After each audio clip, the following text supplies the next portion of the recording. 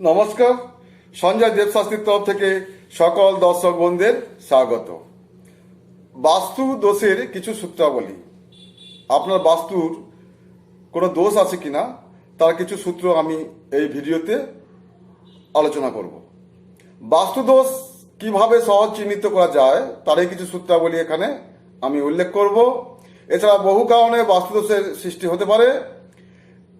এই স্বল্প পরিসরে সমস্ত প্রকারের বাস্তুদোষ সম্পর্কে উল্লেখ করা সম্ভব নয়, তাই নমুনা স্বরূপ কিছু বাস্তুদোষের সূত্র এখানে দেওয়া হচ্ছে বা বলবো। আশা করি আপনারা সেটি দেখবেন। সূত্র 1, মূল প্রবেশদ্বারের সামনে কোনো দেব মন্দির থাকা বাস্তুর পক্ষে শুভজনক অশুভজনক। সূত্র 2, মূল প্রবেশদ্বারের সামনে কোনো বৃহৎ বৃক্ষ থাকা অশুভজনক।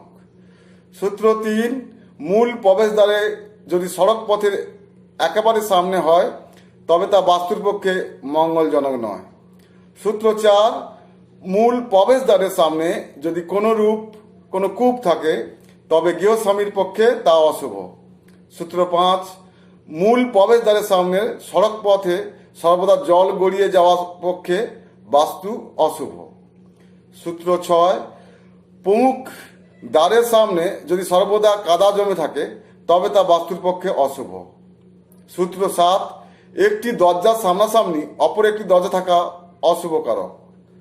সূত্র 8, দরজার পাল্লা খোলার সময় কোনো প্রকারের অদ্ভুত শব্দ হওয়া বাস্তুর পক্ষে অশুভজনক। সূত্র 9, মূল দরজা গৃহের অন্যান্য দরজার তুলনায় মজবুত ও সুন্দর না হলে অশুভ কারক। সূত্র 10, পথ যদি ভূমির অগ্নিকোণের সামনে থাকে তবে মূল দ্বার পূর্ব দিকে না হলে অশুভজনক।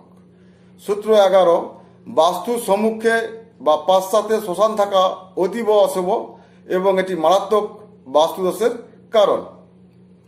সূত্র 12, বাস্তুভূমির অগ্নিকোণে, নৈঋত কোণে, বায়ু কোণে বা দক্ষিণ দিকে কূপ থাকলে বা নির্মাণ করলে বাস্তুর পক্ষে অমঙ্গলজনক।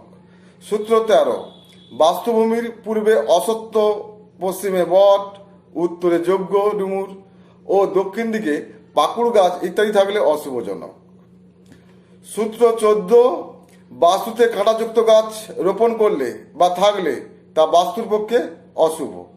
সূত্র 15, যে গৃহে নির্মাণ মাঘ মাসে আরম্ভ করা হয় সেই গৃহ বা বাস্তু প্রথম থেকেই বাস্তুদোষ যুক্ত বলে পরিগণিত হয়। তো আপনি দেখলেন যে আমি 15টি সূত্র বললাম বাস্তুদোষের। এই 15টি সূত্রের মধ্যে আপনার বাস্তুর কতটা ঠিক রয়েছে বা মিলছে কিনা তা আপনি নিজেই দেখে নেবেন। সবাই ভালো থাকবেন, সুস্থ থাকবেন। নমস্কার।